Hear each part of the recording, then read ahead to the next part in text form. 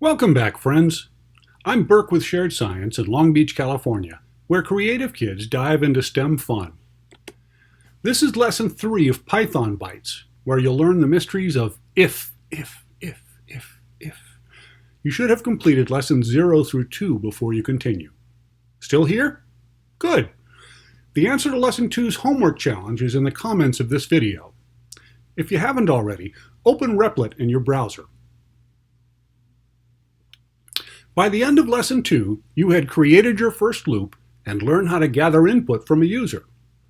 We're going to get to if in a minute, but first, a word about variables and indentation. In our last lesson, when you created your first while loop, I told you not to forget the colon at the end of the line, and you probably noticed that Replit automatically indented the following line. Every line that's part of your while loop must be indented. Got it? Okay, variables. Python makes it very easy to create variables. It automatically assigns them a type, like text or numbers. This usually makes your life easier.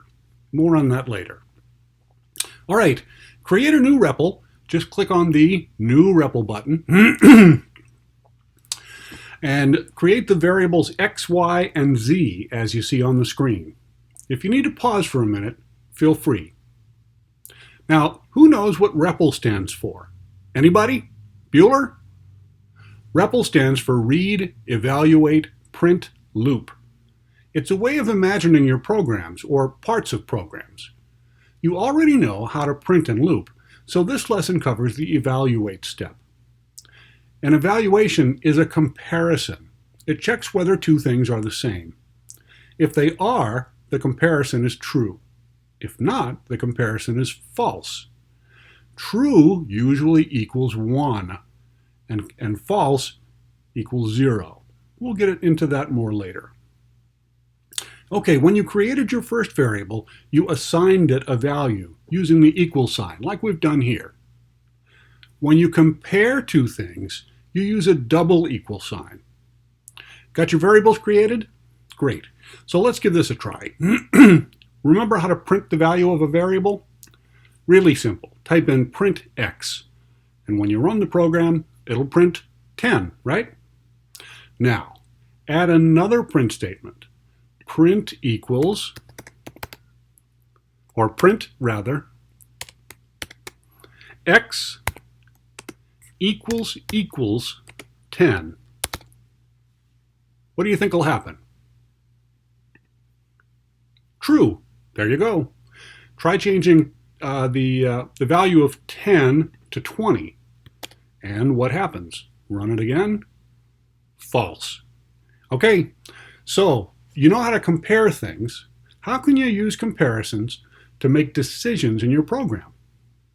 If. Type in if x equals y. First, we're going to comment out these print statements. We might want them again later. And then get us a few lines here. If, open parentheses, x equals y, that's our comparison, and then a colon at the end of the line, and watch as I press return, it automatically indents. Now, let's do a print statement here. Print, open quotes, x equals y. All right, let's run it. What happens? Nothing. Well, not nothing. The program compared x and y and found that they're not the same, so it didn't print the message. So what next? You could use another if to compare y and z, for instance, but there's a better way. Add a line after the print statement. You're going to notice if you just press return that it's still indented, but we don't want that anymore. This is not part of that if. We're going to type in elif, E-L-I-F, y equals z, and then a colon, and again, it'll auto-indent. We're going to print y, open quotes, y equals z. Now, what do you think will happen here? Nothing, right? But not nothing. The elif is only executed if the if is false. And yet this elif is false itself. Let's try this one more time. So elif is short for else if. Now, let's write another elif comparison between x and z. You want to try and figure it out for yourself? You can pause now and come back in just a second. All right, here's the easiest way to do this. We're going to copy and paste. I'm going to highlight these two lines. On my Mac, I'm going to press Command-C. On Windows, I believe it's Control-C. And then I'll go where I want, and I'll do a Command-V. There you go. That'll save you a lot of typing. elif x equals z. And we'll change this to x equals z. With me? All right. What do we get? X equals z. 10 and 10, right? 10 equals 10. Now, we got a match. Now, what if nothing matches? Change the value of z from 10 to 30. When you run the program, again, nothing happens. Of course, things happen behind the screen, but you haven't given it anything to any result or anything that it can actually work on. So here's what we do. Change the value, all right, type else return, E-L-S-E, and colon, and return. Now, let's type in print, open quotes, no matches, close quotes. Now what happens is you start with an if. If x equals y, print x equals y. Or else if y equals z, print y equals z. Or else if x equals z, print x equals z. And finally, if none of the previous if statements are true, you print no matches. That's what's going to happen when we run the program. You get it? That's how the logic works. All right, let's try something a little bit different. Start a new REPL. Make the first line a comment by typing the pound sign, then sort. You can also use other comparisons like greater than and less than in an if statement. Let's have this program get two numbers to compare when it runs using input. Type x equals input, pick a number, get a space after number. Now, copy and paste that line and change the x to y. Remember how I showed you? You can just highlight the line, press Control-C or Command-C, and then put the cursor where you want it and press Command-V. We're going to do y equals input. Pick another number. Oh, there we go. Now, let's compare the two values. We're going to do if x is greater than y, colon, and again, see how it indents? Then print x, do a print statement with print, open parens, x is bigger.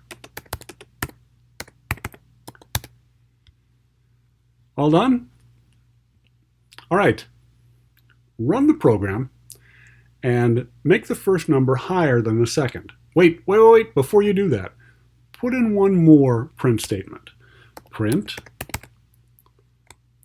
x plus y. There you go. All right, now run the program. Put a bigger number in first. Let's say it's 78, and another number is 4. Okay, that's weird.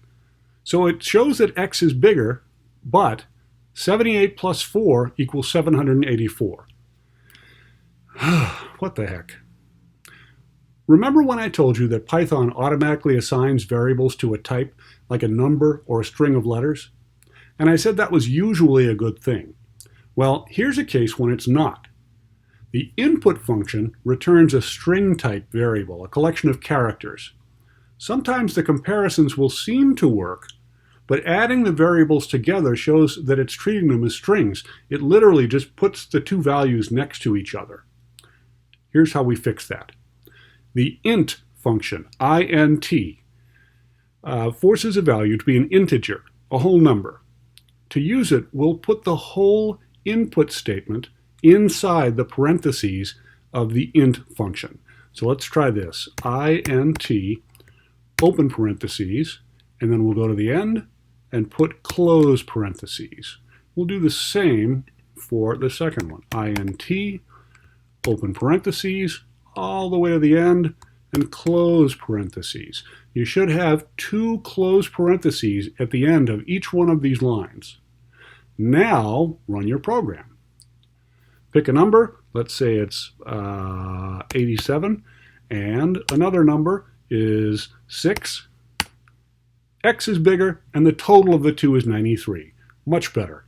All right, that is it for Lesson 3. You have learned about indentation, automatic variable typing, comparisons using if, and forcing an integer value using the int function. Wow, that was a lot. For homework, finish the sort program that we started and add an additional number to sort. Bonus if you can print out the numbers in order. I'll print the solution in the comments of the next lesson. In Lesson 4, we'll cover more sorting, lists, and an easier way to make a counter. See you there. Thanks for hanging with Shared Science. Tune in again for more creative engineering fun.